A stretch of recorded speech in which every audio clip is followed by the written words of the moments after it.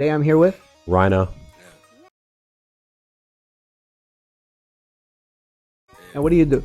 I make YouTube videos, I do music, a few other things. How long have you been doing this for?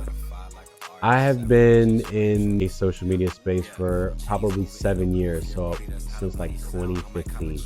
Have you ever had a bad experience with a barber or at a barbershop? I've definitely had a handful. I've had times where I just got violated and it looked bad. I've had some where the barber was asking like a crazy price for the haircut that wasn't that crazy.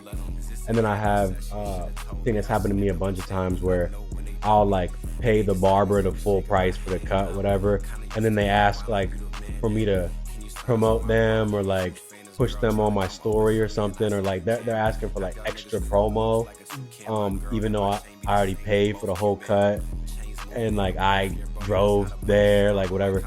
I think those are probably the top three things that have kind of rubbed me the wrong way when it was getting haircuts. How do you feel a barber could fix this mistake?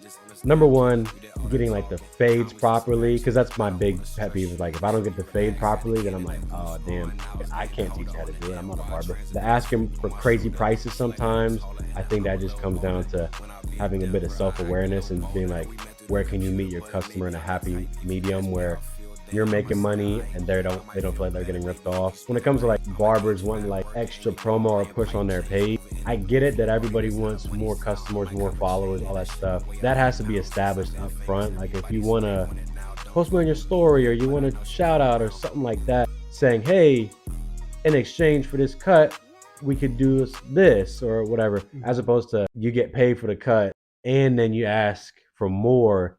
I think again, it comes down to having just a bit more self awareness and being like, hey, how does this come across? If I was in their shoes, would they want to do something like that? Able to give any advice out there for any young entrepreneur that's trying to follow in your footsteps as far as being a social media influencer and a YouTuber?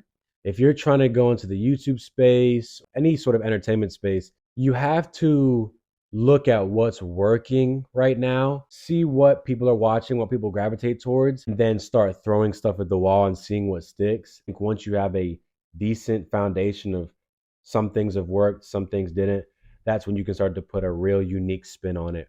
Everything's been done at this point. So I think the more unique you are with your music, with your videos, with your whatever, if you can do something that nobody's done, you'll really like set yourself up for success. And especially when you do it consistently over years, I think that's what it takes. All right, man. Thank you. Appreciate it.